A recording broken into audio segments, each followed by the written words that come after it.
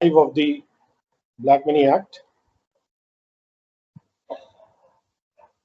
First of all, chapter 5 section 48 says that इस chapter के जितने भी प्रावधान है वो किसी और लॉ में अगर प्रोसिक्यूशन प्रोवाइड किया गया है उसको किसी भी तरह से कम नहीं करते हैं और उसके अलग ही है।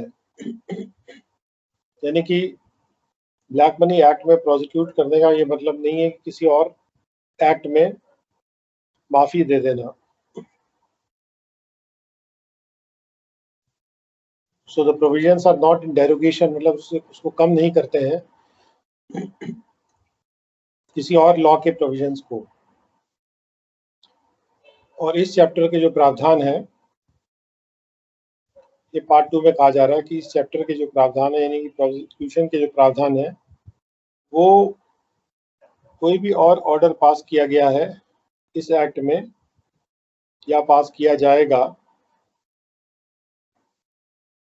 या नहीं पास किया गया है अभी किसी भी पर्सन पे, उससे इंडिपेंडेंट है। और वो व्यक्ति ये नहीं कह सकता कि मेरे ऊपर ये ऑर्डर नहीं पास किया गया क्योंकि टाइम लिमिटेशन हो गया था, या वो ये भी नहीं कह सकता कि मुझ पे पास ही नहीं किया गया ये ऑर्डर। जैसे मान लीजिए कि किसी पे टैक्स आरोपित ही नहीं किया गया या पेनल्टी आरोपित नहीं की गई है तो इसका मतलब ये नहीं कि प्रोसिक्यूशन नहीं किया जा सकता है। तो प्रोसिक्यूशन के प्रावधान बिल्कुल इंडिपेंडेंट है। इस एक्ट में कोई और ऑर्डर पास हुआ हो चाहे ना हुआ हो, अगर प्रोसिक्यूशन बनता है तो बनता है, उसमें कुछ नहीं किया जा सकता। और असेसी ये डिफेंस नहीं ले सकता है कि कोई और ऑर्डर नहीं किया गया तो अब प्रोसिक्यूशन कैसे कर रहे हैं। उसके बाद सेक्शन 49 में अगर रिटर्न नहीं भरा है, जैसे हमने देखा था कि रिटर्न ना भरने के लिए पेनल्टी वगैरह का प्रावधान था। अगर किसी व्यक्ति ने का failure to furnish return in relation to the foreign income and asset, अगर कोई व्यक्ति रेसिडेंट है और प्रीवियस ईयर के दौरान उसके पास उसकी होल्डिंग में कोई एसेट था जो इंडिया से बाहर लोकेटेड था, चाहे एज ए बेनिफिशियल ओनर चाहे डायरेक्ट ओनर, या वो ऐसे एसेट का ओनर था, बेनिफिशियरी था, या फिर उसके पास कोई ऐसी इनकम थी जो कि इंडिया से बाहर किसी स्रोत से उसको प्राप्त हो रही थी, और ये सब जानते हुए कि वो इन सब चीज़ों का ओनर है जिसको उसको रिटर्न में डिक्लेयर करना है, वो जानबूझ के उस रिटर्न को फर्निश नहीं करता है जो उसको 139(1) सेक्शन में फर्निश करनी थी। 139(1) ये इनकम टैक्स एक्ट का सेक्शन है। अगर उसने इनकम टैक्स एक्ट की रिटर्न नहीं भरी जानबूझ के, और ऐसे कंडीशन में उसको 6 महीने से लेके 7 साल तक की सजा, रिगरस इम्प्रिजनमेंट, कैदे मुशक्कत के लिए वो पनिशेबल है। और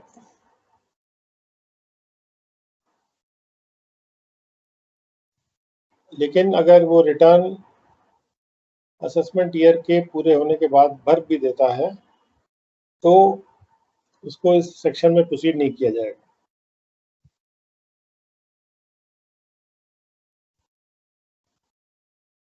क्योंकि ठीक है उसने ड्यू टाइम में भले ही नहीं भरी हो, लेकिन असेसमेंट ईयर खत्म होने से पहले अगर उसने भर दी तो भी हम उसको प्रोसिक्यूट नहीं करेंगे। उसके बाद है सेक्शन 50। जो रिटर्न वो भरता है उसमें वो इंफॉर्मेशन नहीं भर रहा, जो कि उसके जो कि उसके एसेट जो लोकेटेड आउटसाइड इंडिया है, या जो इनकम है from a source outside India, वो इंफॉर्मेशन वो रिटर्न में नहीं भरा। उसने रिटर्न तो भरी है, तो रिटर्न में वो इंफॉर्मेशन अगर नहीं भरता है तो फिर से वो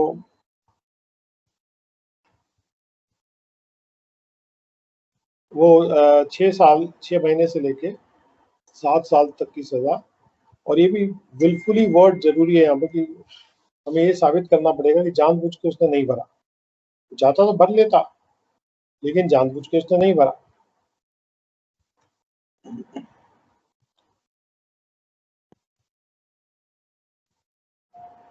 उसके बाद सेक्शन 51 है, जानबूझकर कोशिश किया जाना कि टैक्स इवेड हो जाए। अगर कोई पर्सन है जो रेसिडेंट है, जानबूझ के कोशिश करता है किसी भी प्रकार से कि कोई भी टैक्स पेनल्टी इंटरेस्ट जो चार्जेबल है या इम्पोजेबल है इस एक्ट में, उसको इवेट कर दे, तो उसको 3 साल से लेके 10 साल तक की सजा। ये ज़्यादा कड़ी सजा है क्योंकि वो अपनी तरफ से जानबूझ के की गई कोशिश है, जिसमें कि वो टैक्स पेनल्टी इंटरेस्ट को टोटली अवॉइड करने की कोशिश कर रहा है।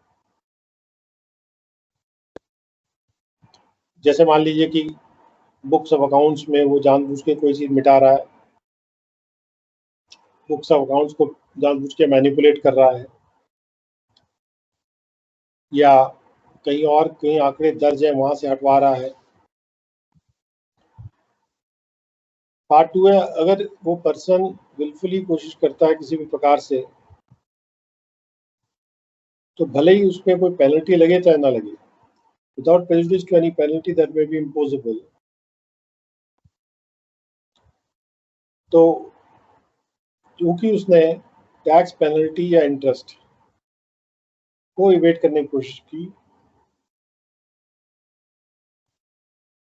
तो 3 साल से लेके 3 महीने से लेकर 3 साल तक की सजा उसके लिए मुकर्रर है। और साथ में फाइन भी होना चाहिए, जो भी कोर्ट के डिस्कशन में जो भी सही फाइन है।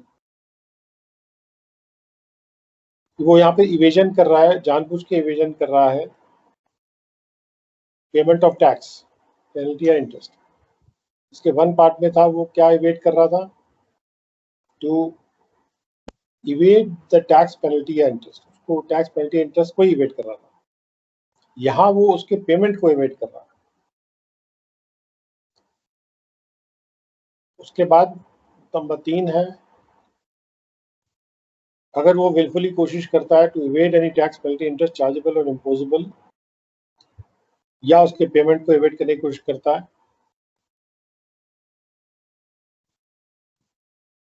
तो उसमें ये सब अगर मामले हैं तो वो मान लिए जाएंगे कि हाँ उसने जानबूझ के कोशिश की थी। जैसे कि अगर उसके पास पोजीशन में या कंट्रोल में बुक्स ऑफ अकाउंट्स हैं या दूसरे डॉक्यूमेंट्स हैं जो कि इस एक्ट में प्रोसीडिंग के लिए रेलेवेंट हैं, और उनमें एक झूठी एंट्री की हुई है या झूठा स्टेटमेंट रिकॉर्डेड है, और वो बुक्स ऑफ अकाउंट्स से डॉक्यूमेंट्स रेलेवेंट हैं और उसके पोजीशन और कंट्रोल में है, तो ये मान लिया जाएगा कि उसने ये विलफुल अटेम्प्ट किया है to evade the tax penalty और इंटरेस्ट।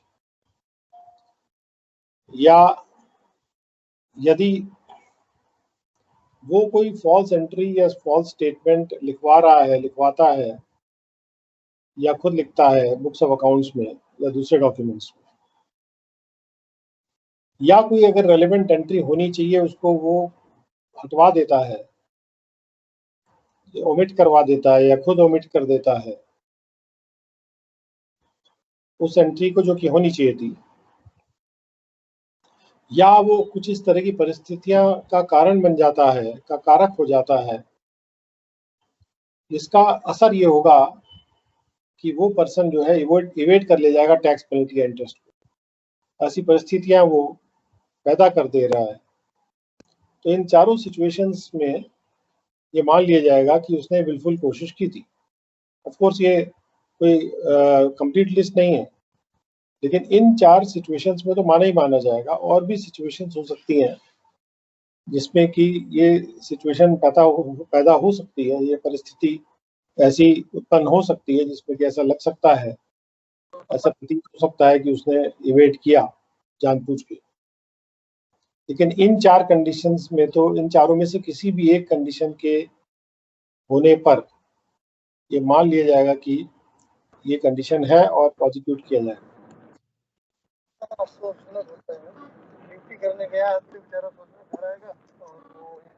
सेक्शन 52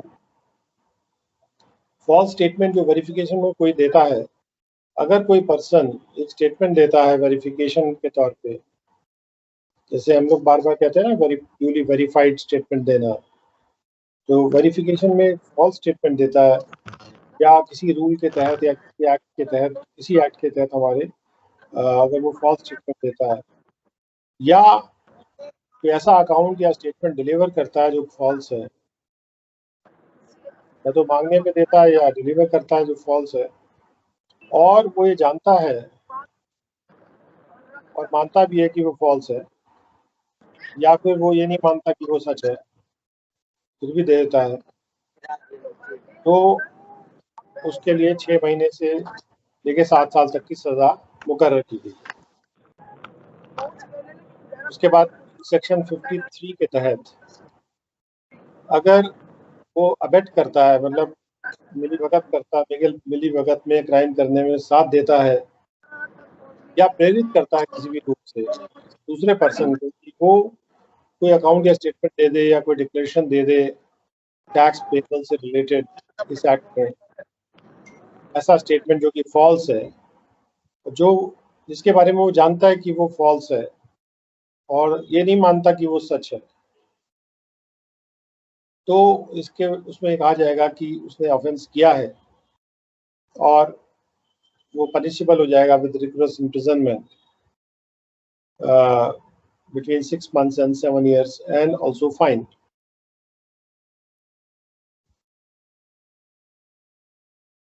चौवन सेक्शन कहता है कि एक प्रिजम्पशन पैदा करता है कि जब भी प्रोसिक्यूशन हो रहा है किसी भी ऑफेंस से के लिए इस एक्ट में, जिसके लिए ये ज़रूरी है कि एक मनस्थिति जो है वो ऐसी होनी चाहिए जो कल्पेबल होनी चाहिए। कल्पेबल यानी ऐसी मनस्थिति जो क्राइम के साथ कनेक्ट करती है आदमी को। अगर इस तरह की मनस्थिति की आवश्यकता है अक्यूज के पार्ट पे, तो कोर्ट के लिए सबसे पहले तो ये जरूरी है कि कोर्ट ये मान के चले कि ऐसी मनस्थिति वो रख रहा था। The court shall presume the existence of such a mental state, but it shall be a defense for the accused. Accused के लिए डिफेंस वाली बात होगी, accused के खेमे में बॉल होगी और कोर्ट को ये साबित नहीं करना होगा, कोर्ट को तो स्ट्रेट अवे प्रिज्यूम करना पड़ेगा। कोर्ट ये पूछेगा accused से कि क्यों ना हम मान लें कि भाई आपकी मनस्थिति थी, कल्पेबल मेंटल स्टेट थी, तो अक्यूज्ड को साबित करना पड़ेगा कि उसकी ऐसी मनस्थिति नहीं थी। उस एक्ट के संबंध में या उस ऑफेंस के संबंध में उसको एविडेंस लाना पड़ेगा और कुछ ना कुछ एविडेंस के तौर पे उसको साबित करना पड़ेगा कि उसकी मनस्थिति ऐसी नहीं थी। ये जिम्मेदारी उसकी होगी। और अगर वो अपनी मनस्थिति को साबित नहीं कर पाता है, क्योंकि हर व्यक्ति अपनी मनस्थिति से खुद वाकिफ होता है, कोई सामने वाला उसकी मनस्थिति प्रूव नहीं कर सकता। तो ऐसे कंडीशन में जहां पर भी हम ये कह रहे हैं कि उसने जानबूझ के ऐसा किया, तो हमारे लिए इतना काफी है दिखाना कि उसने ऐसा देखिए किया, उसके नॉलेज में था कि उसको रिटर्न भरना है, लेकिन उसने रिटर्न नहीं भरा, तो ऑब्वियस बात है उसने जानबूझ के नहीं भरा है। अब वो बताए कि कोई क्यों नहीं भरा उसने रिटर्न। वो अगर कहेगा कि मैं भूल गया था तो पर्याप्त नहीं हो पाएगा। तो हर साल कोई आदमी रिटर्न भर रहा है, एक साल जब एसेट खरीदने की बात हो गई तो उसने रिटर्न नहीं भरा। तो इन सब चीजों को मद्देनजर रखते हुए कि कल्पेबल मेंटल स्टेट एक बड़ा इंपॉर्टेंट पॉइंट है जो कि प्रोसिक्यूशन के केसेस को आसान बना देता है। जहां पे कोर्ट को केवल प्रिज्यूम कर लेना है कि उसकी मनस्थिति इस प्रकार से थी, और शायद हम लोग अपने प्रोसिक्यूशंस में इसका उतना इस्तेमाल नहीं करते, हालांकि ये इनकम टैक्स एक्ट में भी दिया हुआ है। जब भी हमारे वकील कोर्ट के समक्ष प्रस्तुत होते हैं तो उनको ये कहना है कि कोर्ट को ये प्रिज्यूम करना पड़ेगा कि असेसी की मेंटल स्टेट ऐसी थी, कल्पेबल थी, और असेसी लीड करे एविडेंस अपने डिफेंस में। अगर असेसी डिफेंस में कोई एविडेंस नहीं लीड करता है अपनी मनस्थिति को काटने के लिए, तो उसकी मनस्थिति साबित मान ली जाएगी। और इस सेक्शन के पर्पज से जब हम कह रहे हैं कि उसको प्रूव करना पड़ेगा, तो a fact is said to be proved only when the court believes it to exist beyond reasonable doubt। और यहाँ पर साबित करने के लिए उसको बच निकलने के लिए कोई एक पतली गली से निकलने नहीं दिया जाएगा। उसको जो है, जब तक कोर्ट ये ना मान ले कि जो भी तथ्य वो साबित करने की कोशिश कर रहा है वो बियॉन्ड रीजनेबल डाउट सही है, और केवल उसकी प्रिपॉन्डरेंस ऑफ प्रोबेबिलिटी पे नहीं माना जाएगा। प्रिपॉन्डरेंस ऑफ प्रोबेबिलिटी, बहुतायत, संभावनाओं की बहुतायत जो होती है, कि केवल संभावनाओं की बहुतायत पे वो साबित नहीं कर पाएगा कि उसकी मनस्थिति ऐसी नहीं थी। उसे ये साबित करना पड़ेगा beyond doubt, beyond reasonable doubt साबित करना पड़ेगा कि मेरी ऐसी नहीं थी मनस्थिति, और ये काम उसके लिए बहुत कठिन होगा। और इसलिए ये जो प्रावधान है ये बहुत इंपॉर्टेंट है, इसको हमें मद्देनजर रखना बहुत जरूरी है फॉर प्रोसिक्यूशन केसेस। सेक्शन 55 कहता है कि कोई भी प्रोसिक्यूशन अगर करना है,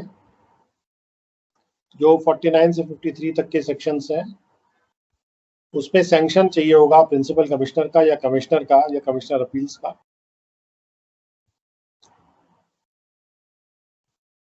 और पीसीसीआईटी या सीसीआईटी या पीडीजीआईटी इंस्ट्रक्शन इशू कर सकते हैं या डायरेक्शन इशू कर सकते हैं टैक्स अथॉरिटीज को कि ये प्रोसीडिंग्स को इंस्टीट्यूट करने के बारे में। हाँ, उनका सैंक्शन तो जरूरी है, और जो सैंक्शन है वो principal commissioner and commissioner level का है, प्रिंसिपल चीफ कमिश्नर के लेवल का सैंक्शन नहीं है। तो प्रिंसिपल चीफ कमिश्नर का क्या रोल है, वो डायरेक्शन और इंस्ट्रक्शन इशू कर सकते हैं कि जब भी आप सैंक्शन देंगे तो ये ध्यान में रख के दें, या दूसरे जो टैक्स अथॉरिटीज हैं जब वो इंस्टीट्यूट करें तो इस तरह से इंस्टीट्यूट करिए। वो अगर किसी को ऑथराइज करना है ऑफिसर को, तो ऑथराइज करके उसको भेजें कोर्ट में, वो जमा करे जाके कागज, या जो भी इंस्ट्रक्शन इस सिलसिले में दिए जाने चाहिए, वो पावर, इंस्ट्रक्शन देने का जो पावर है प्रिंसिपल चीफ कमिश्नर को दिया गया। और बोर्ड के पास भी पावर है कि बोर्ड भी अपने ऑर्डर, इंस्ट्रक्शन या डायरेक्शन इशू कर सकते हैं इस एक्ट के तहत, और उसमें भी वो कोई भी डायरेक्शंस, ऑर्डर्स, डायरेक्शन इशू कर सकते हैं, और जिसमें प्रीवियस अप्रूवल के लिए भी वो कह सकते हैं दूसरे टैक्स अथॉरिटीज के अप्रूवल के लिए, जिससे कि जो भी प्रोसीडिंग्स इनिशिएट हो वो प्रॉपर तरीके से इनिशिएट हो, और उसमें वो फाइल करने के लिए ऑथराइजेशन की भी बात कर सकते हैं, और कंप्लेंट्स को परस्यू करने की भी बात कर सकते हैं एक या ज़्यादा इंस्पेक्टर्स के द्वारा। तो यहाँ इंस्पेक्टर्स का रूल हाईलाइट किया गया है कि इंस्पेक्टर्स को ऑथराइज किया जा सकता है कि प्रोसिक्यूशन फाइल करने के लिए और कंप्लेंट्स को परस्यू करने के लिए, जिसके बारे में बोर्ड अपने इंस्ट्रक्शन जारी कर सकता है। उसके बाद है सेक्शन 56। ऑफ कोर्स प्रोसिक्यूशन पे बोर्ड ने ऑलरेडी जारी किए हुए हैं इस तरह के इंस्ट्रक्शंस कि किसी को ऑथराइज आप कर सकते हैं, लेकिन ये जो खास तौर पे बात कही जा रही है यहाँ पे कि इंस्पेक्टर्स को ऑथराइज करने वाली बात, ये मुझे अच्छी लगी, यहाँ नई बात लगी। 56 जब भी कोई ऑफेंस ऐसा है जो कि कंपनी द्वारा कमिट किया गया है, तो जो भी पर्सन इंचार्ज था या जिम्मेदार था कंपनी को उसके बिजनेस के कंडक्ट के लिए, वो मान लिया जाएगा कि वो भी गिल्टी है उस ऑफेंस के लिए, और उसको भी उसके खिलाफ भी प्रोसीड किया जाएगा, वो भी प्रोसीड करने के लिए लायबल हो जाएगा और उसको भी पनिश किया जाएगा। और लेकिन अगर वो ये साबित कर देता है कि वो जो ऑफेंस था वो उसकी नॉलेज के बिना हुआ और उसने तो अपनी तरफ से पूरी सतर्कता रखी थी, ड्यू डिलिजेंस रखा था कि ऐसा ऑफेंस कमिट ना हो, जिम्मेदारी होते हुए भी उसने अपनी पूरी कोशिश की हुई थी, अपना ड्यू डिलिजेंस रखा था, अपनी जिम्मेदारी का उसने प्रॉपर निष्पादन किया था, और ऑफेंस लेकिन बिना उसकी नॉलेज के हो गया, या तो वो ये साबित कर दे कि नॉलेज नहीं थी उसको, और या फिर अगर नॉलेज थी तो उसके हाथ से बाहर हो गया था, ड्यू डिलिजेंस होने के बावजूद वो हो गया, तो भी वो बच जाएगा। और उसके बाद अगर कंपनी कोई ऑफेंस कमिट करती है और ये साबित किया हो जाता है कि ऑफेंस कमिट हुआ था कंसेंट या कनाइवेंस से किसी डायरेक्टर, मैनेजर, सेक्रेटरी या दूसरे ऑफिसर के द्वारा, तो उनको भी उनके खिलाफ भी प्रोसीड किया जा सकता है।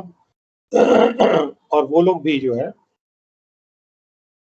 अगर उन्होंने पूरे कंसेंट और कनाइवेंस से उनके काम हुआ है, गलत काम जो भी ऑफेंस हुआ है, उनके खिलाफ भी प्रोसीड किया जा सकता है। और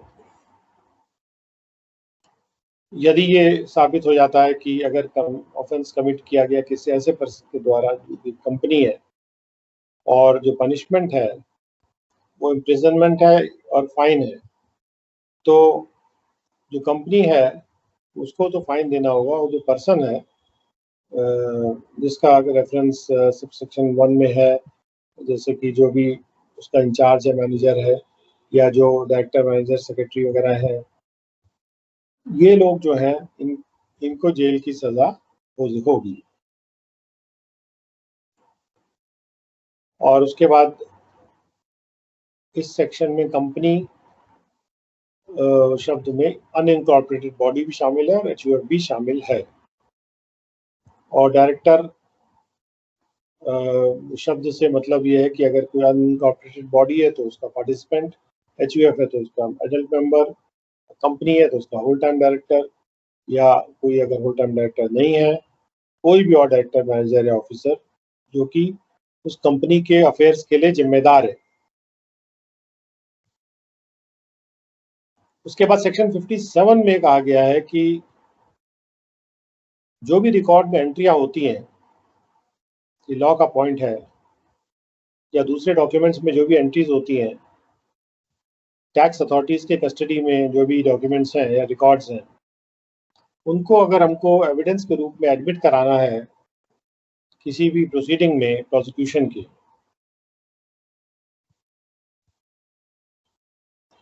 तो ये जितनी भी एंट्रीज है रिकॉर्ड्स में जो उनके कस्टडी में है, उन रिकॉर्ड्स के माध्यम से वो एडमिट हो जाएंगी एविडेंस के तौर पे। तो ये एक तरह से एविडेंस में इंट्रोड्यूस किया जा रहा है उन एंट्रीज को। तो एनेबलिंग प्रोविजन है कि उन एंट्रीज को रिकॉग्नाइज किया जाए for the purpose of prosecution. और ये जो एंट्रीज हैं ये साबित कर सकती हैं, नहीं, इन एंट्रीज को साबित करने के लिए मतलब अब सवाल ये उठता है ना कि एंट्रीज को कोर्ट के समक्ष कैसे लेके जाएंगे, कोर्ट के समक्ष कैसे साबित करेंगे। तो इनको साबित किया जा सकता है या तो उन रिकॉर्ड को या डॉक्यूमेंट्स को प्रोड्यूस करके जिनमें वो एंट्रीज हैं, और या फिर वो ओरिजिनल रिकॉर्ड अगर नहीं प्रोड्यूस हो सकते हैं तो फिर एक और भी रास्ता भी है कि उन एंट्रीज की कॉपी को अथॉरिटी सर्टिफाई कर देगी अपने सिग्नेचर में कि वो ट्रू कॉपी है ओरिजिनल की, ओरिजिनल एंट्रीज की, जो कि उनके पास जो कस्टडी में रिकॉर्ड्स या डॉक्यूमेंट्स हैं उसमें कंटेन है, उनकी ट्रू कॉपी है, ऐसा सर्टिफाई करते हुए और कॉपी बना देंगे एंट्रीज की, और तो फिर वो जो कॉपी है वो भी एडमिट हो जाएगी as evidence in the proceeding.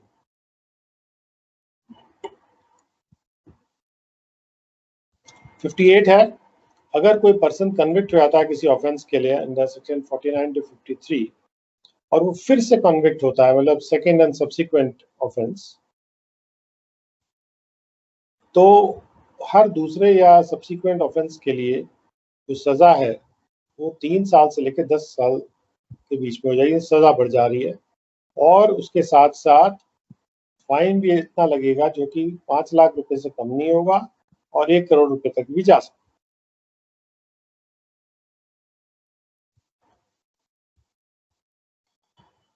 अब आते हैं चैप्टर 6 पे। चैप्टर 6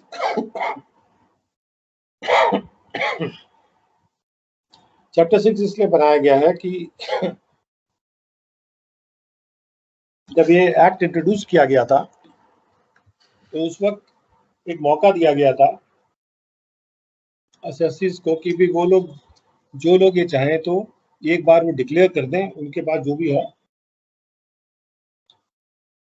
जो भी अनडिस्क्लोज एसेट या फॉरेन इनकम है उसको डिस्क्लोज कर दें, तो 30% टैक्स और 30% पेनल्टी लेके वो छूट सकते हैं। तो उसके लिए चैप्टर 6 बनाया गया था। ये 2015 तक ही लागू था और उसके बाद ये मौका उनको दिया गया कि वो डिक्लेयर कर सकते हैं। तो उसी बारे में सेक्शंस हैं 59 जिसमें declaration of undisclosed foreign asset, तो वक्त इस तरह से डिस्क्लोज करता। उसके बाद चार्ज ऑफ टैक्स है जिसमें 30% टैक्स चार्ज किया गया था, फिर उस पर पेनल्टी है जो 100% पेनल्टी थी, 300 नहीं थी, और किस तरह से डिक्लेयर किया जाएगा ये सब था। तो चूंकि ये 2015 में तक खत्म हो गया, ये डिक्लेरेशन ले लिए गए थे और उसके बाद इसमें टैक्स वगैरह गवर्नमेंट के पास आ गया था। तो जिन लोगों ने मौका का फायदा लिया वो उन्होंने डिस्क्लोज कर दिए अपने एसेट्स, और कितने टाइम में वो टैक्स पेमेंट होना था वो सब इसमें है प्रावधान। और उसके बाद ये भी क्लियर कर दिया गया था कि जो भी अनडिस्क्लोज्ड फॉरेन एसेट्स डिक्लेयर किए जा रहे हैं वो टोटल इनकम में फिर शामिल नहीं होंगे। 64 के द्वारा किया गया, और 65 में कहा गया था कि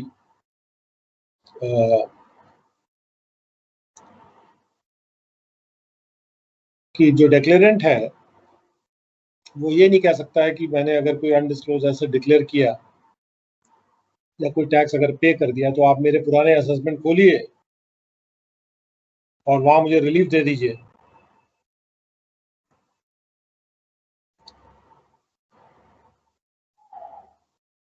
मतलब जो कंप्लीटेड असेसमेंट्स है उस पर कोई, उसकी फाइनलिटी पे कोई असर नहीं है, भले ही वो 2 बार टैक्स हो रहा है, वो ये नहीं कह सकता कि मैंने यहाँ डिक्लेयर कर दिया आप वहां से हटा दो। भाई वो कंप्लीट हो चुके हैं असेसमेंट और फाइनल हो चुके हैं। जो असेसमेंट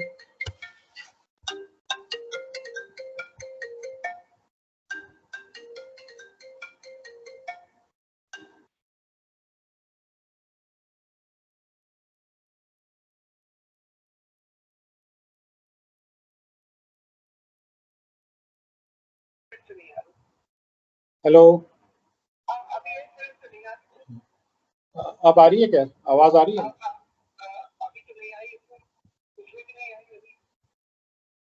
हेलो हेलो हेलो, एक मिनट।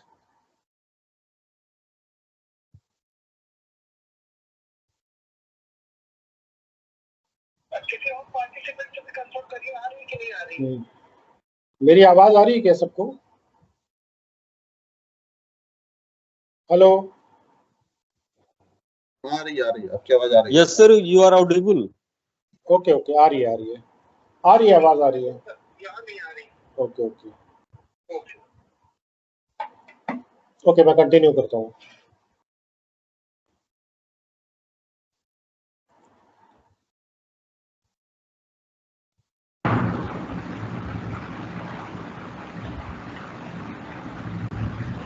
अब आते हैं सेक्शन 65 पर।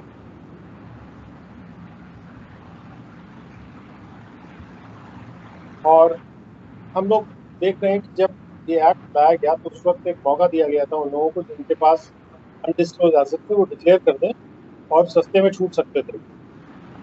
तो उसके बारे में सेक्शन 65 ये कह रहा है कि अगर कोई व्यक्ति ऐसा डिक्लेरेशन करता है तो वो कंप्लीट असेसमेंट को खुलवा नहीं सकता है, चाहे वो इनकम टैक्स एक्ट में हो चाहे वेल्थ टैक्स एक्ट में हो, या कोई वो सेट ऑफ या रिलीफ कोई अपील रेफरेंस या प्रोसीडिंग में क्लेम नहीं कर सकता। उसके बाद सेक्शन 66 में कहा गया था, तो उस समय की बात है, कोई टैक्स जो पे किया जा रहा है इन सेक्शनों में या जो पेनल्टी पे की जा रही है 61 में, वो रिफंडेबल नहीं। तो कोई व्यक्ति तो गलती से किसी ने पे कर दिया तो फिर वो उसका रिफंड नहीं क्लेम कर सकता। उसके बाद डिक्लेरेशन वो यहाँ कर रहा है वो उसको यूज नहीं किया जा सकता उस डिक्लेरेंट के खिलाफ एविडेंस के बाद किया गया कोर्ट्स पे भी अपने एसेट को डिक्लेयर कर सके। Notwithstanding anything contained in any other law, कोई भी डिक्लेरेशन जो किया गया है इस एक्ट के तहत वो एविडेंस के लिए एडमिसिबल नहीं होगा डिक्लेरेंट के खिलाफ किसी भी प्रोसीडिंग में relating to imposition of penalty other than penalty leviable under section 61। हाँ, की पेनल्टी तो लगेगी और for the purpose of prosecution under the income tax act और वेल्थ टैक्स एक्ट और ये जो फेमा है या कंपनीज एक्ट या कस्टम्स एक्ट, उसमें उसके खिलाफ उसको यूज नहीं किया जा सकता।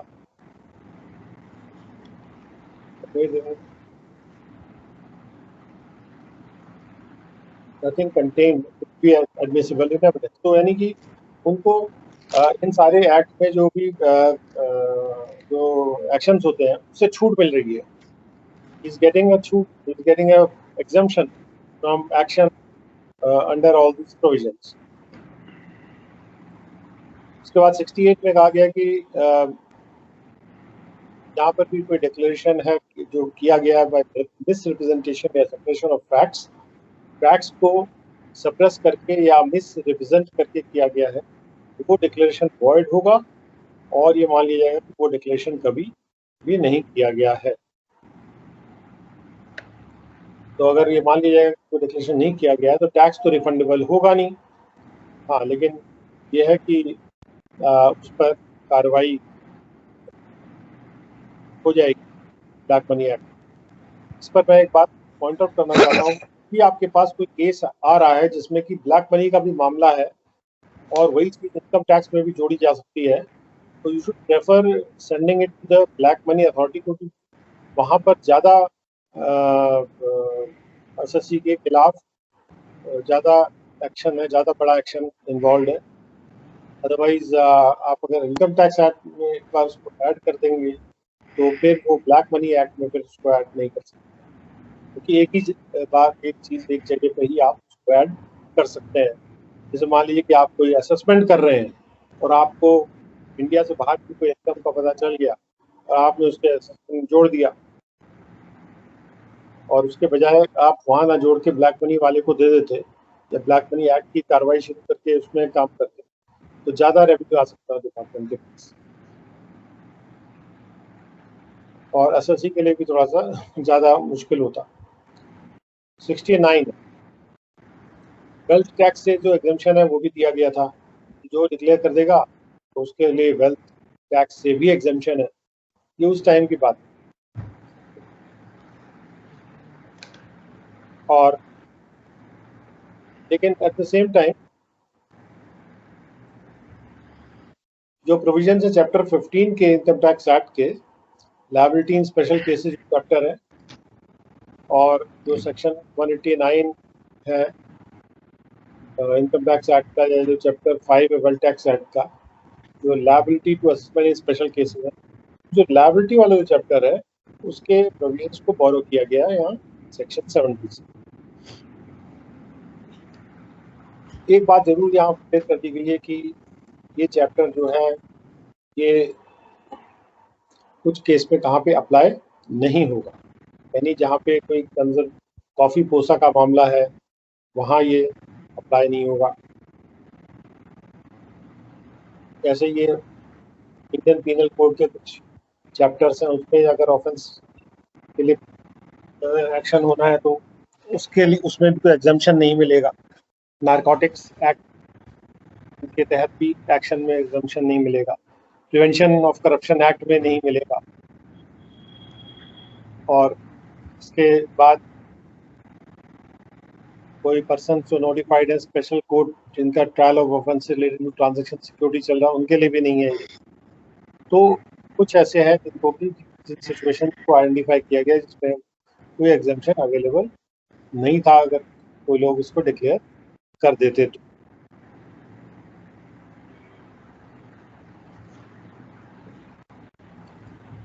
तो ये उस वक्त उसके बाद जो पार्ट डी है वो ये कहता है कि अगर कोई ऐसा अनडिस्क्लोज्ड एसेट है जो कि इंडिया से बाहर लोकेटेड है और जिसको अक्वायर किया गया है ऐसी इनकम से जो इनकम टैक्स एक्ट में चार्जेबल है for any previous year relevant to assessment year, और वो 16-17 असेसमेंट ईयर से पहले चार्जेबल है, तो अगर नोटिस भेज दिया गया है अंडर सेक्शन 142 या 143(2) या 148 या 153A 153C, वो नोटिस इशू कर दिया गया है in respect of assessment year और प्रोसीडिंग अगर पेंडिंग है असेसिंग ऑफिसर के पास, तो भी जो है उस केस में भी ये एग्जाम्पशन अवेलेबल नहीं होगा। या जहां सर्च कंडक्ट कर दी गई है या रिक्वेशन कर दिया गया है या सर्वे कैरी आउट कर दिया गया है और साथ में एक नोटिस भी 143(2) का भेज दिया गया है या 150A का 150C का नोटिस भेज दिया गया है, तो भी उसको ये फैसिलिटी अवेलेबल नहीं हो पाती। और या फिर अगर कोई ऐसी इंफॉर्मेशन है जो रिसीव की जा चुकी bye competent authority under agreement with the central government, वो आदमी डिक्लेयर कर रहा है तो वहाँ पर भी उसको कोई बेनिफिट नहीं मिलेगा। उसके बाद कुछ रिमूवल ऑफ डाउट्स का पार्ट है, वो उतना इम्पोर्टेंट नहीं है। हम आते हैं नेक्स्ट चैप्टर में, chapter 7 general privileges. Now chapter 773 है, सेक्शन 73। सेंट्रल गवर्नमेंट जो है वो एग्रीमेंट कर सकता है किसी भी दूसरे देश के गवर्नमेंट के साथ इस बारे में और एक्सचेंज ऑफ इंफॉर्मेशन। तो ये इसको प्रावधानित किया गया है कि सेंट्रल गवर्नमेंट एग्रीमेंट करेगा। गवर्नमेंट का जो मोटा मोटा आइडिया है वो ये है कि हम एग्रीमेंट कर लेंगे सारे देशों के साथ, और जैसे एग्रीमेंट हो भी गए हैं और वो सब देशों से इंफॉर्मेशन आएगी, और ये जो इंफॉर्मेशन का एक्सचेंज होगा इसलिए होगा कि इवेजन और जो अवॉइडेंस ऑफ टैक्स है उनको प्रिवेंट करने के लिए अनडिस्क्लोज्ड फॉरेन इनकम पे जो कि इस एक्ट पे चार्जेबल होती है और या फिर उस देश के लॉ में भी हो सकता है वो चार्जेबल हो, या ऐसे केसेस को इन्वेस्टिगेट करने के लिए भी ये इंफॉर्मेशन का एक्सचेंज हो सकता है, और साथ में टैक्स की रिकवरी के लिए इसके लिए एग्रीमेंट्स किए जा रहे हैं। सेंट्रल गवर्नमेंट एंटर कर सकती है into the agreement with the government of any specified territory outside India. देशों के अलावा कोई और स्पेसिफाइड टेरिटरी के साथ भी सेंट्रल गवर्नमेंट को एम्पावर किया गया कि वो चाहे तो एग्रीमेंट करें, और सेंट्रल गवर्नमेंट नोटिफिकेशन कर सकती है, उस नोटिफिकेशन के द्वारा ऐसे प्रावधान कर सकती है जो उन एग्रीमेंट्स को इम्प्लीमेंट करने के लिए होंगे। जैसे एक बार हमने एग्रीमेंट किया किसी देश के, उसको इम्प्लीमेंट कैसे करेंगे जब तक कि कोई नोटिफिकेशन नहीं करेंगे, कोई उसके लिए इंटरनल हम लोग इंस्ट्रक्शन सर्कुलर इशू नहीं करेंगे।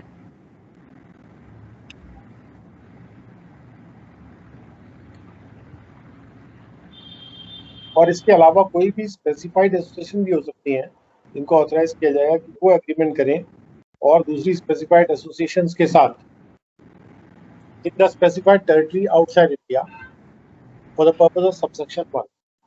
और सेंट्रल गवर्नमेंट नोटिफाई करके प्रोविजन कर सकती हैं कि वो कैसे उनको अडॉप्ट करेंगे और इम्प्लीमेंट करेंगे उन एग्रीमेंट्स को जो ऐसी स्पेसिफाइड एसोसिएशंस ने किए हैं।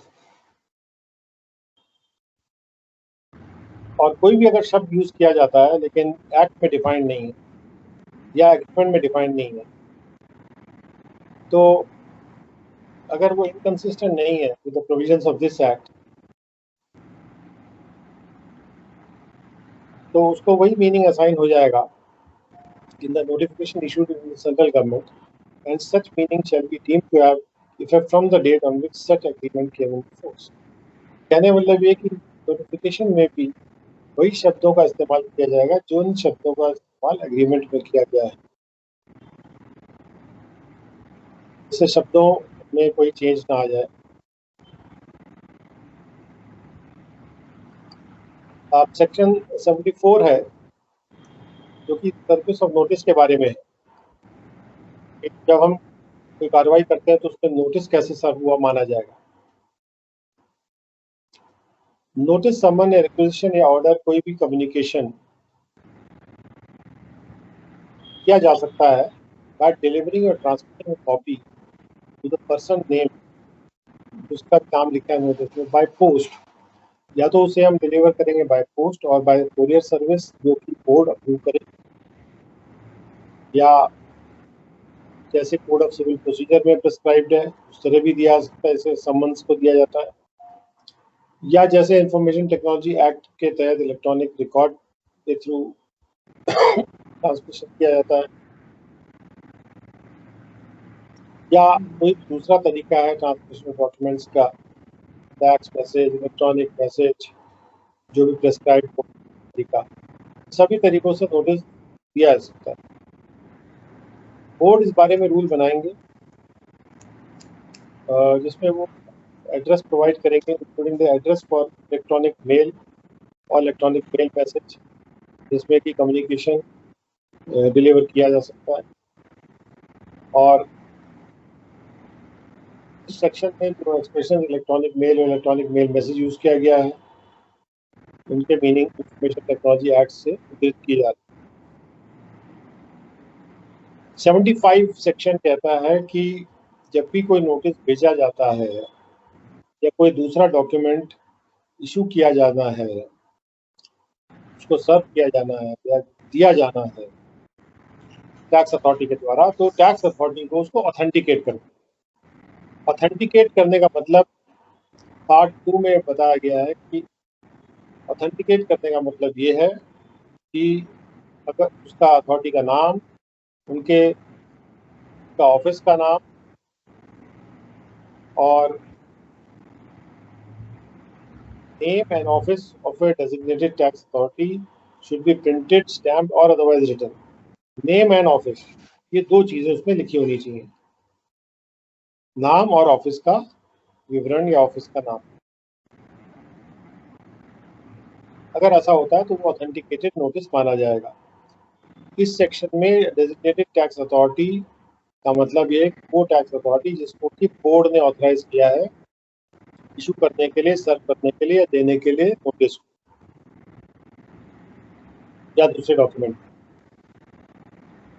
हाँ, कुछ कंडीशन लेकिन ऐसी भी हैं जहां पर ये जो नोटिस है ये फिर भी वैलिड माना जा सकता है।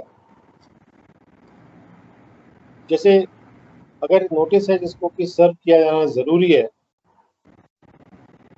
तो ये मान लिया जाएगा कि वो सर्व हो गया था अगर वो पर्सन अपीयर हुआ किसी प्रोसीडिंग में या उसने कोऑपरेट किया किसी इंक्वायरी में असेसमेंट से रिलेटेड, या तो वो अपीयर हुआ और या फिर उसने किसी इंक्वायरी में कोऑपरेट किया, तो भी हम मान लेंगे कि नोटिस भेजा गया था। यानी एक बात यहाँ पे क्लियर की जा रही है, अगर नोटिस भेजा जाना जरूरी था तो ये मान लिया जाएगा कि वो ड्यूली सर्व हुआ है। हाँ, लेकिन फैक्ट्स ऐसे नहीं होने चाहिए कि नोटिस कभी बनाया नहीं गया हो। तो ऐसी सिचुएशन में तो कोर्ट भी आपकी मदद नहीं कर सकता। अगर आपने नोटिस ही नहीं बनाया तब आपको इसका कोई फायदा नहीं मिलेगा कि एसएससी कोऑपरेट किया, एसएससी आ गया। पहली बात तो ये है कि नोटिस आपके द्वारा बनाया जाना चाहिए था। अब ठीक है, आपने नोटिस बनाया और आप सर्व नहीं कर पाए, किसी वजह से भेजा, वापस आ गया, नहीं सर्व हुआ जैसे प्रॉपर सर्विस होना चाहिए। उसके बाद एसएससी ने कोऑपरेट कर लिया, इंक्वायरी में पार्टिसिपेट कर लिया, तो ये मान लिया जाएगा नोटिस ड्यूली प्रॉपरली सर्व्ड है उसको, भले ही सर्व ना किया गया। लेकिन अगर नोटिस की शुरुआत ही नहीं की गई है, देन नथिंग कैन हैपन। उसके बाद 76(2) में कहा गया है कि पर्सन जो भी रेफर किया जा रहा है सबसेक्शन 1 में, वो ऑब्जेक्शन नहीं ले सकता है किसी भी प्रोसीडिंग या इंक्वायरी में कि नोटिस सर्व नहीं हुआ, नोटिस टाइम से सर्व नहीं हुआ, या प्रॉपरली सर्व नहीं हुआ। यानी जो पर्सन का यहाँ रेफरेंस किया जा रहा है, जिसको सर्व करना जरूरी था नोटिस, वो व्यक्ति जो है ऑब्जेक्शन नहीं ले सकता है प्रोसीडिंग में या इंक्वायरी। वो आए, अपने कोऑपरेट करें। The provisions of this section shall not apply if the person has raised the objection before the completion of it. लेकिन अगर उसने ऑब्जेक्शन रेज कर दिया है बिफोर कंप्लीशन ऑफ असेसमेंट,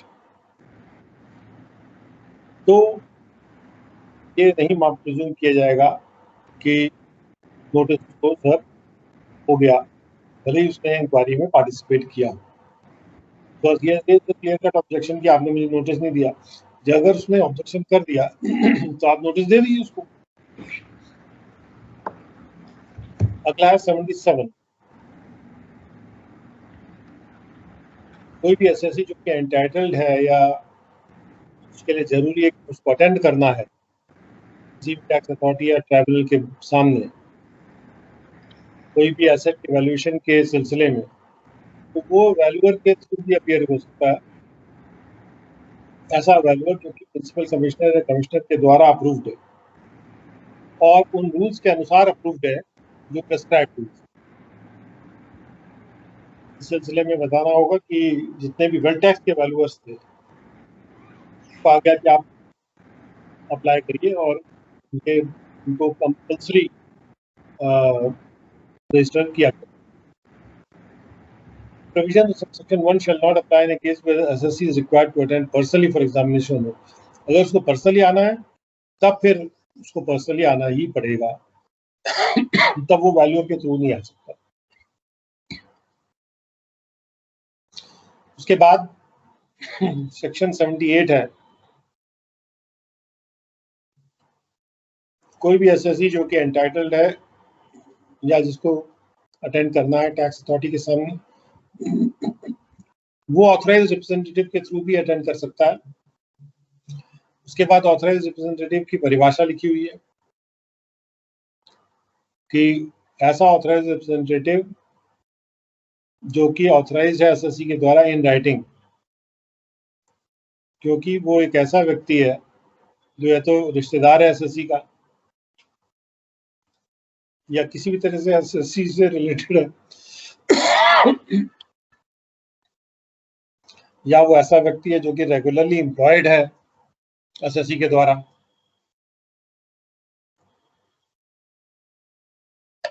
या वो कोई ऑफिसर है किसी बैंक का जिसके साथ एसएससी कोई अपना करंट अकाउंट मेंटेन कर रहे हैं, या कोई लीगल प्रैक्टिशनर है जो कि सिविल कोर्ट में प्रैक्टिस कर सकते हैं, या कोई अकाउंटेंट है जो चार्टर्ड अकाउंटेंट वगैरह, या कोई ऐसा व्यक्ति जिसने अकाउंटेंसी का इम्तिहान पास कर लिया किसी बोर्ड का, यानी किसी को बीकॉम वगैरह किया हुआ है।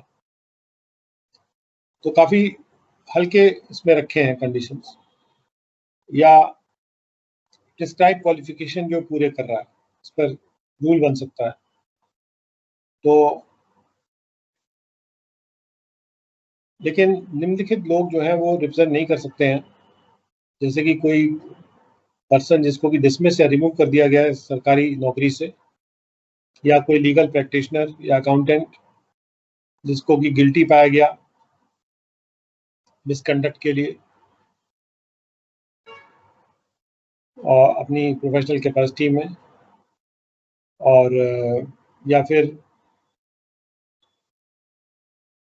वो कोई लीगल प्रैक्टिशनर या अकाउंटेंट नहीं था, लेकिन उसे किसी मिसकंडक्ट के लिए गिल्टी पाया गया किसी टैक्स प्रोसीडिंग में, वो व्यक्ति अपीयर नहीं हो सकता है। और उसके बाद प्रिंसिपल कमिश्नर या कमिश्नर जो है राइटिंग में ऑर्डर करके स्पेसिफाई कर सकते हैं कि कितने पीरियड तक वो डिस्क्वालिफिकेशन रहेगा। जैसे एक 10 साल का समय इसमें दिया ए और सी के लिए, और बी के लिए a period for which legal practitioner is not entitled to practice, same period के लिए वो भी इसको डिस्क्वालीफाई कर सकता है। A person shall not be allowed to appear as an authorized representative if he has committed any fraud or misrepresented the facts. अगर fraud या मिसरिप्रेजेंटेशन से कोई रेवेन्यू का लॉस हुआ है और ऐसा डिक्लेरेशन किया गया है ऑर्डर में principal chief commissioner chief commissioner के द्वारा, तो उसको भी अपीयर नहीं किया देने दिया जाएगा। उसके बाद 79 सेक्शन राउंडिंग ऑफ की बात करता है कि जो टैक्स है वो जो असेसमेंट है हमारा जो एसेट का, उसको तो नियरेस्ट मल्टीपल ऑफ 100 रुपीज पे राउंड ऑफ करना है, और जो टैक्स है उसको 10 रुपीज पे राउंड ऑफ करना है। कोई भी जो ऑफेंसेस होंगे वो अगर ऐसा कोर्ट जो कि मेट्रोपॉलिटन मजिस्ट्रेट या मजिस्ट्रेट ऑफ फर्स्ट क्लास से नीचे की कैपेसिटी का होगा तो वो नहीं कर सकता। अब दूसरी बात नेक्स्ट है section 81, assessment not to be valid on certain grounds. कोई भी असेसमेंट या कोई नोटिस या समन्स या कोई प्रोसीडिंग कोई भी की गई है या ली गई है, उसको इनवैलिड नहीं डिक्लेयर किया जाएगा केवल इस कारण से कि उसमें कोई मिस्टेक, डिफेक्ट या ओमिशन हो गया था उसके असेसमेंट में, नोटिस में, समन्स में या दूसरी प्रोसीडिंग में। अगर सब्सटेंस में और इफेक्ट में वो एक्ट के इंटेंट और पर्पस से कंफर्मिटी में है,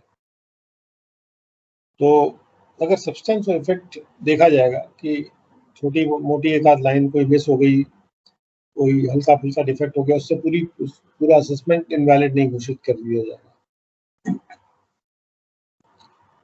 उसके बाद कोई भी सूट नहीं लाया जा सकता सिविल कोर्ट में to set aside या modify any proceeding taken or order made under this act, क्योंकि उसके लिए हमारे पास ट्राइब्यूनल है, अपील्स हैं। कोई भी प्रोसिक्यूशन नहीं लाई करेगा किसी गवर्नमेंट के खिलाफ, कोई भी काम गुड फेथ में किया गया है। 83 में कहा गया कि इनकम टैक्स एक्ट के तहत जो भी पेपर फाइल होते हैं वो उपलब्ध रहेंगे, क्योंकि नॉर्मली हम लोग आसानी से दूसरे एक्ट के पेपर्स को उपलब्ध नहीं कराते हैं। उसके लिए इसलिए प्रावधानित करना पड़ता है, जहाँ जरूरी है वो वहाँ प्रोवाइड कर दिया। तो इसीलिए क्योंकि यहाँ पर इनकम टैक्स के पेपर्स बहुत रेलेवेंट है, इसलिए यहाँ प्रावधानित किया गया 83 में कि इनकम टैक्स एक्ट में कुछ भी लिखा हो, यानी कि जैसे 138 वगैरह में लिखा है कि आपको सूचना नहीं देना है, लेकिन उसको ओवरराइड करते हुए सारी इंफॉर्मेशन जो कि किसी भी स्टेटमेंट या रिटर्न में है under the provisions of that act, और या फिर जो ऑब्टेन की गई है या कलेक्ट की गई है for the purpose of the income tax act may be used for the purpose of this act.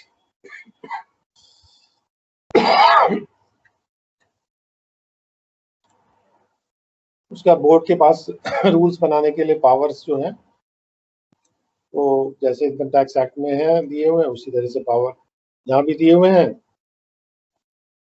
और बाद में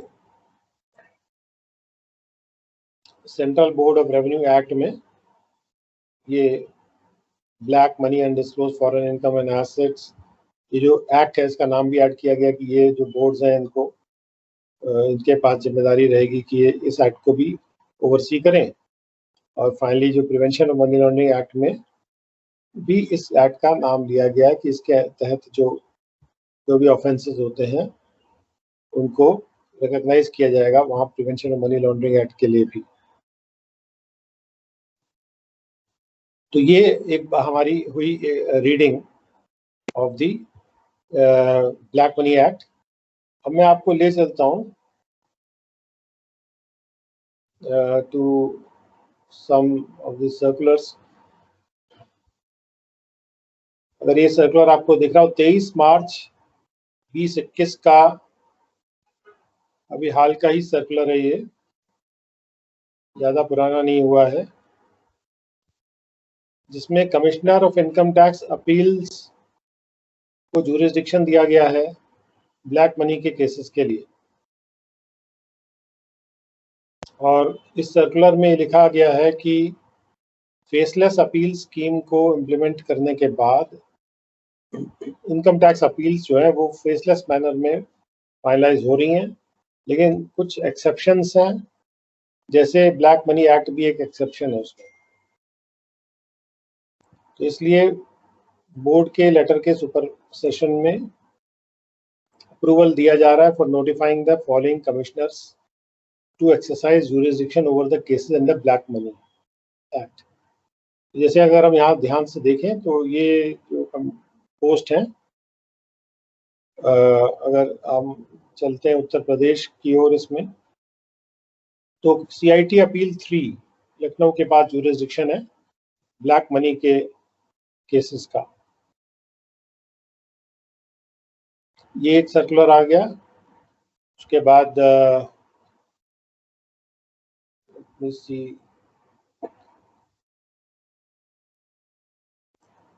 ये सर्कुलर शायद आपको दिख रहा हो, 23 फरवरी 2021 का सर्कुलर है, जिसमें कि ये कहा गया है। सर स्क्रीन शेयरिंग नहीं हो रहा है आपका? अच्छा, स्क्रीन नहीं दिख रहा है ये वाला? ओके ओके, एक मिनट।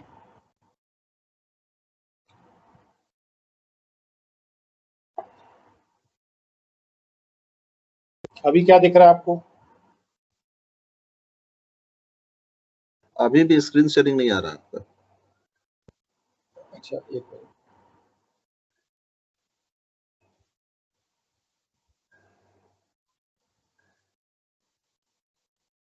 किसी को स्क्रीन दिख रहा है मेरा? Is anybody able to see the screen? No sir. Sir screen इधर तो दिख रहा है। क्या दिख रहा है आप? स्क्रीन दिख रहा है, उसमें सीरियल नंबर 16, 17, 18, 19 जो है। हाँ, तो मैंने वही शेयर किया हुआ है। जी जी जी, इनको शायद इनके सिस्टम में कुछ प्रॉब्लम होगी।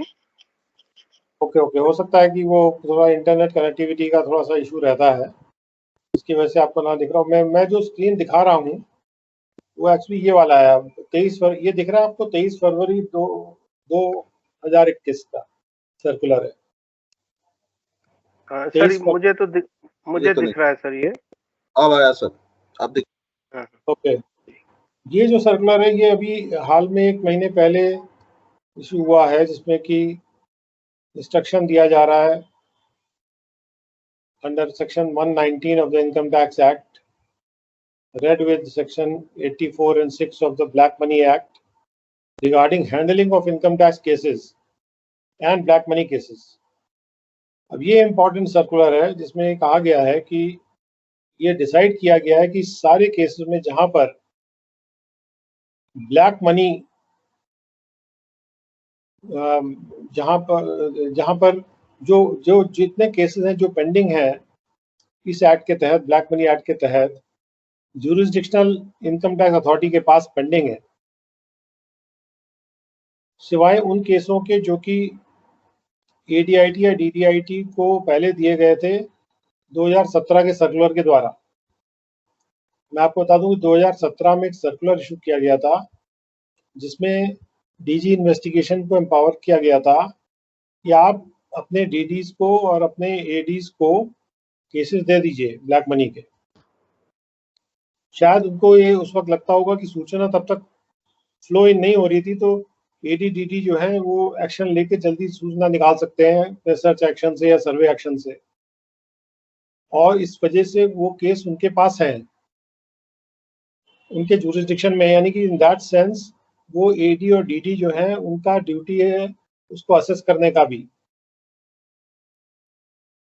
तो उन केसेस के अलावा जो उनको ऑलरेडी दिए जा चुके हैं ADDDs को, जो कि 16/5/2017 के सर्कुलर के बाद दिए गए होंगे, उसके अलावा जितने भी अभी जुरिस्डिक्शनल इनकम टैक्स अथॉरिटीज के पास जो केस पड़े हुए हैं,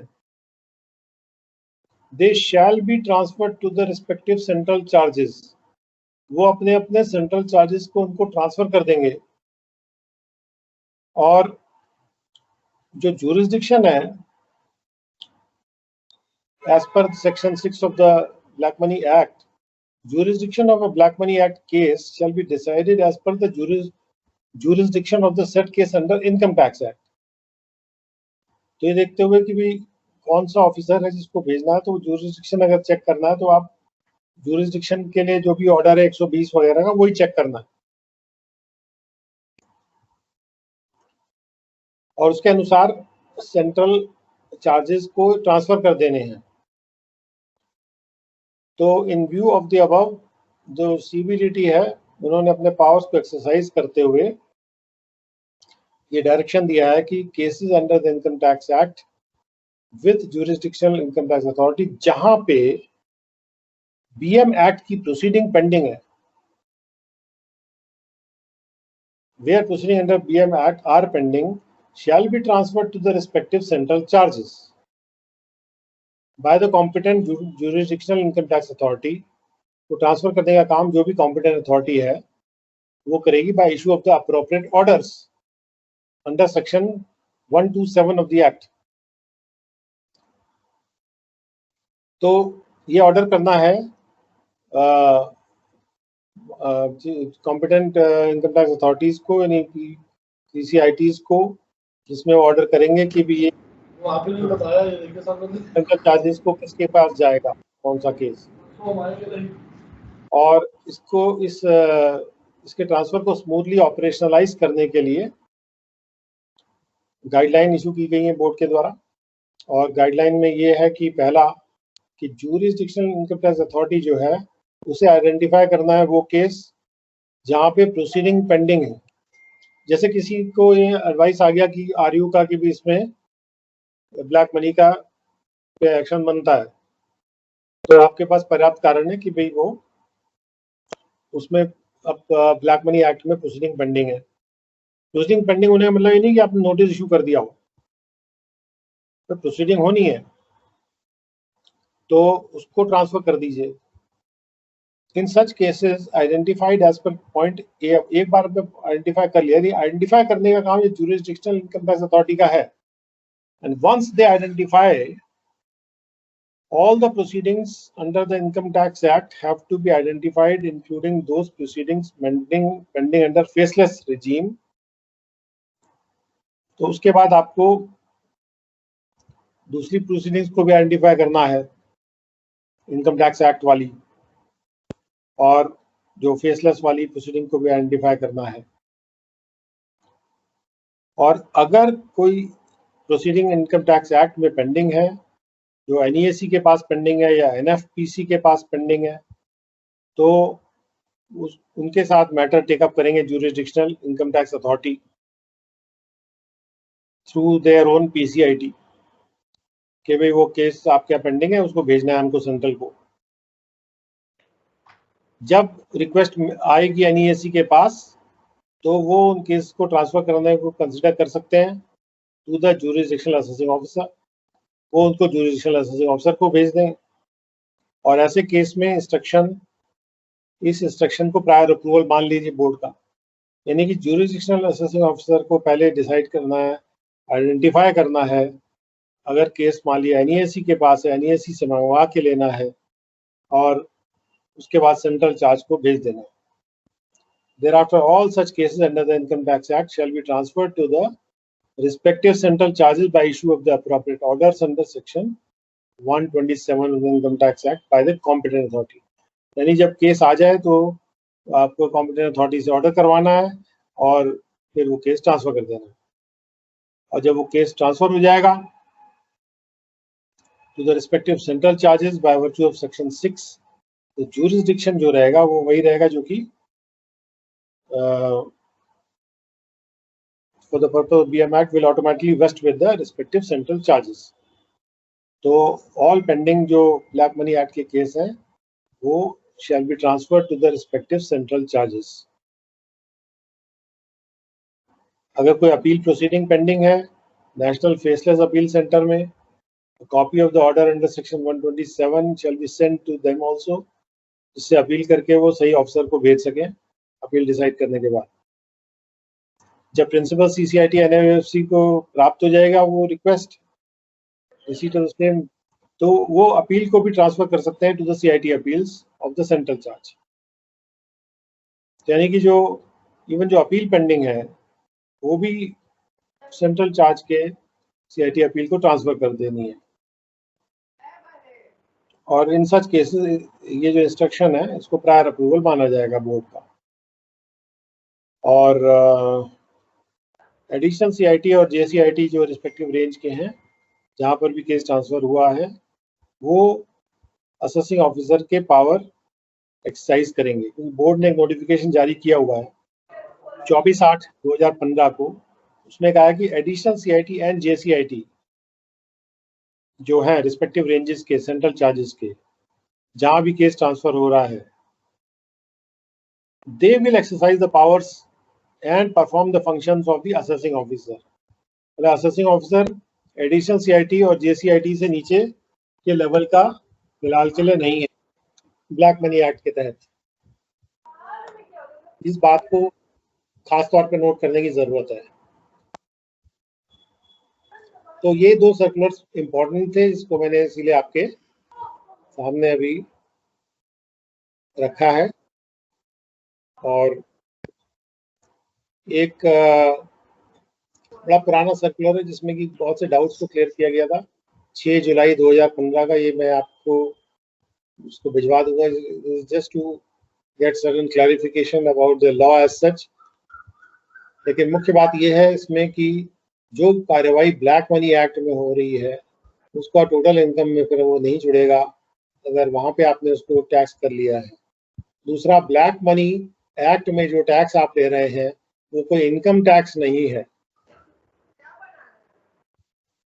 तीसरा, ब्लैक मनी एक्ट में जो आप असेसमेंट कर रहे हैं वो इनकम का असेसमेंट नहीं कर रहे हैं, वो टोटल इनकम का असेसमेंट नहीं कर रहे हैं, वो आप अनडिस्क्लोज्ड इनकम या अनडिस्क्लोज्ड एसेट का असेसमेंट कर रहे हैं। चौथी बात, ब्लैक मनी एक्ट में कार्रवाई करने के लिए आपको कोई रीजन टू बिलीव होने की आवश्यकता नहीं है। असेसमेंट स्टार्ट करने के लिए you do not need to record a reason कि वे आप असेसमेंट क्यों स्टार्ट कर रहे हैं। उनका आपके पास सूचना आती है और उस पर आपके नोटिस में आता है कि कोई अनडिस्क्लोज्ड एसेट है तो आप शुरू कर सकते हैं कार्रवाई। तो these are some very important things. उसके अलावा ये पूरा का पूरा जो ब्लैक मनी एक्ट के तहत जो कार्रवाई हो रही है ये कार्रवाई सारी फेसलेस मोड में नहीं हो रही है, ये टोटली नॉन फेसलेस मोड में हो रही है कार्रवाई। This has to be understood also very clearly. This entire thing is totally non faceless and it has been made to be non faceless, and ये जितने भी असेसमेंट्स होंगे इसके असेसिंग ऑफिसर JCIT और एडिशनल CIT लेवल के central charges के officers होंगे। और यदि आपके समक्ष कोई मामला आता है जिसमें कि आपको नजर आता है कि इनकम टैक्स एक्ट में कोई चीज जोड़ी जा सकती है, अगर वो चीज ब्लैक मनी एक्ट में जुड़ने लायक है तो इनकम टैक्स एक्ट में बिल्कुल हाथ मत लगाइए उस पर, स्ट्रेट अवे उसको आपको ब्लैक मनी एक्ट में जोड़ने के लिए भेजना है। बिकॉज ये सारी कवायद करने का फायदा क्या हुआ, जब हम बाहर का एसेट हमने पकड़ा वो यहाँ वाले एक्ट में जोड़ दिया और एसएससी को अच्छा खासा उसमें फ़ायदा मिल गया यानी उतना सीवियर नुकसान नहीं हुआ जितना ब्लैक मनी एक्ट में हो सकता, क्योंकि जैसे ही आप उसका असेसमेंट फाइनलाइज यहाँ करेंगे, फट से वो आपको ब्लैक मनी एक्ट में करने नहीं देगा कार्रवाई।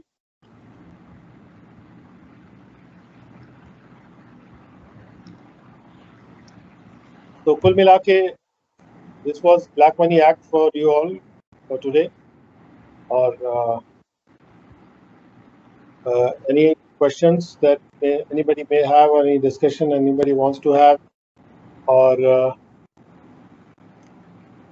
I hope that the importance of the Black Money Act has been communicated by me to you all, and we must all gear ourselves and be ready to do our best to give the performance, because when an opportunity comes to the department, जैसे बेनामी की opportunity department को दी गई, similarly an opportunity has come here also, and department को अपने को साबित करने की जरूरत है और उनके सामने चैलेंज है, चुनौती है, जिसको पूरा करना है। राम अवतार जी, आपने हाथ रेज किया है। सर जय हिंद sir, I want to ask one question please sir. जी सर सर कोई रेजिडेंट है जो फॉरेन से इनकम जिसकी आ रही है, but he is not NRI, वो थोड़े दिन के लिए फॉरेन में जाता है और वहां पर कुछ इनकम अर्न करता है और इंडिया में रिटर्न फाइल नहीं करता है जी, तो ऐसे केस में क्या उसकी लायबिलिटी बनती है उस इनकम को, चूंकि वहां उसने टैक्स दे दिया है और हम कहते हैं कि रेजिडेंट है तो इंडिया में फाइल करना चाहिए। जी जी, क्योंकि अगर वो इंडिया में रेसिडेंट है और उसके पास कोई भी इनकम है जो कि फॉरेन के स्रोत से प्राप्त कर रहा है वो, जी सर, तो वो तो उसको डिक्लेयर करना चाहिए उसको रिटर्न में अपने। अगर रिटर्न में नहीं डिक्लेयर करेगा वो, जी, तो वो ब्लैक मनी एक्ट में फंसेगा।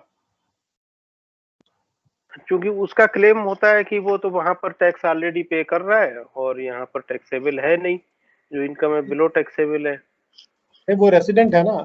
अगर जी वो जी नॉन रेसिडेंट होता और बाहर कमा रहा होता, जी सर, अब इस टाइप का क्लेम वो रख सकते हैं, जी जी लेकिन जी रेसिडेंट होते हुए इस टाइप का क्लेम नहीं रख सकते हैं। जी जी, ठीक है और सर, यही क्लैरिफिकेशन चाहिए था। जी जी जी जी जी ठीक है, थैंक यू सर। जी। Any other question by any participant?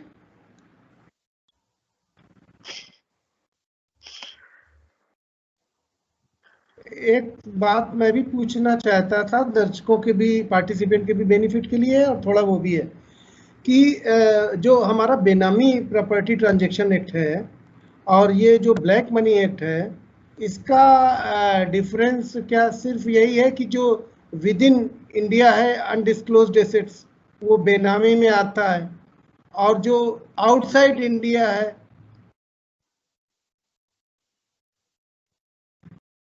तो बेनामी प्रॉपर्टी एक्ट? देखिए, बेनामी में तो वो एसेट कवर होते हैं जिसमें जो कि व्यक्ति के किसी दूसरे व्यक्ति के नाम पे है, जैसे, और वो कहीं भी हो, चाहे इंडिया में हो चाहे बाहर हो, अगर उस व्यक्ति का एसेट है जो जिसने किसी और नाम से छुपा रखा है उसको, हम उसको बेनामी में उसको कवर कर लेंगे। ब्लैक मनी में क्या है कि वो एसेट या तो उसके नाम पे से होना चाहिए या वो उसका बेनिफिशियरी वो होना चाहिए, और अगर वो बेनिफिशियर होल्डर है या उसके नाम पे वो एसेट है और उसने डिक्लेयर नहीं किया, तो ब्लैक मनी एक्ट में कवर हो जाएगा। साथ साथ ये देखिए, ब्लैक मनी एक्ट में अगर वो कवर होता है तो इसका मतलब ये नहीं कि उसको बेनामी एक्ट से छूट मिल रही है। अगर बेनामी एक्ट का क्राइम पूरा हो रहा है तो वो तो सफर करेगा ही करेगा वो अलग से, क्योंकि कई केसेस ऐसे हो सकते हैं जहां पर दोनों टाइप के क्राइम कवर हो रहे हों, कि आदमी बेनामी काम भी कर रहा है और बाहर भी रख रहा है ऐसे दोनों ही साथ साथ चल सकते हैं, उसमें कोई कंट्राडिक्शन नहीं है। हाँ, उसमें कोई कॉन्ट्रडिक्शन नहीं है। बस ये कि इनकम टैक्स एक्ट और ब्लैक मनी एक्ट को साथ साथ नहीं चलाना है। हाँ, एक ही में हम उसको प्रोसिक्यूट या उसमें ही टैक्स ले सकते हैं। या तो इनकम टैक्स में या फिर ब्लैक मनी में? एक में ले सकते हैं, तो क्योंकि ब्लैक मनी में ज्यादा सीवियर है पेनल्टीज, तो ब्लैक जी। मनी में ही देना चाहिए। जैसे आप देख रहे हैं कि इसमें थोड़ा सीनियर ऑफिसर्स को रखा गया है कि जो एसी लेवल के ऑफिसर्स हैं वही करेंगे इसका असेसिंग का काम। अभी इसमें इसकी इम्प्लीमेंटेशन में उतना प्रचार प्रसार और वो सब नहीं हुआ है। अब आप देख सरकार रहे इस हैं पे ध्यान दे रही है। अब दे रही है, क्योंकि अब देखिए अपील अथॉरिटीज अभी डिसाइड किए गए हैं, अभी मार्च में। जी जी जी। मार्च 23 का मैंने अभी आपको सर्कुलर दिखाया जब अपील अथॉरिटी डिसाइड किए गए। तो अभी तक तो अपील अथॉरिटी अब भी नहीं डिसाइड थे। मेन बात ये थी कि एग्रीमेंट हो रहे थे, और एग्रीमेंट अब हमारे काफ़ी हो गए हैं। जी। इनफैक्ट हमारे क्या एग्रीमेंट्स हुए हैं और उस पर क्या क्या सूचना आ रही है, ये हमारा मुद्दा होगा डिस्कशन का। अगले महीने में हमारे प्रोग्राम होने वाला है इंटेलिजेंस गैदरिंग पे, उसमें हम लोग इसको डील करेंगे डिटेल में कि किस किस डिटेल तरह में, के जी जो एग्रीमेंट्स हम लोग कर रहे हैं उससे क्या क्या सूचना हमारे पास आ रही है, तो जी। उसमें हम लोग इसको जरूर करेंगे। Any other question? So now it is a wonderful session, and in this session 3 chapters are being highlighted by Shri Arvind Mishra sir. Chapter 5 offences and prosecution, chapter 6 tax compliances for undisclosed foreign income and assets, and chapter 7 general provisions. Apart from the related by Shri Arvind Mishra ji, to whom I requested to send me in soft copy so that I can share to the participant in their WhatsApp group. And thank you sir for your wonderful session. It is a one touch go session from morning to here, and we are still very fresh, and I hope the participants are agree with my views. It is a wonderful session. मैं तो पूरा ध्यान से ही लगातार सुनता रहा, और provisions काफ़ी नए हैं और बहुत रिगोरस भी हैं, तो बहुत ही इंटरेस्टिंग प्रोविजंस भी थे। तो sir thank you, and thank you participants for having with us in this challenging pandemic time, and your participation will certainly boost us in our forthcoming courses. So thank you sir, and thank you participants. So now we are concluding this webinar. Thank you sir, thank you participant again. Thank you for the opportunity that you have provided me. Thank you so much, and thank you sir. to all the Thank you. participants. Thank you for clarification. Thank you. Very good session, sir. Very good session. Thank you, thank you.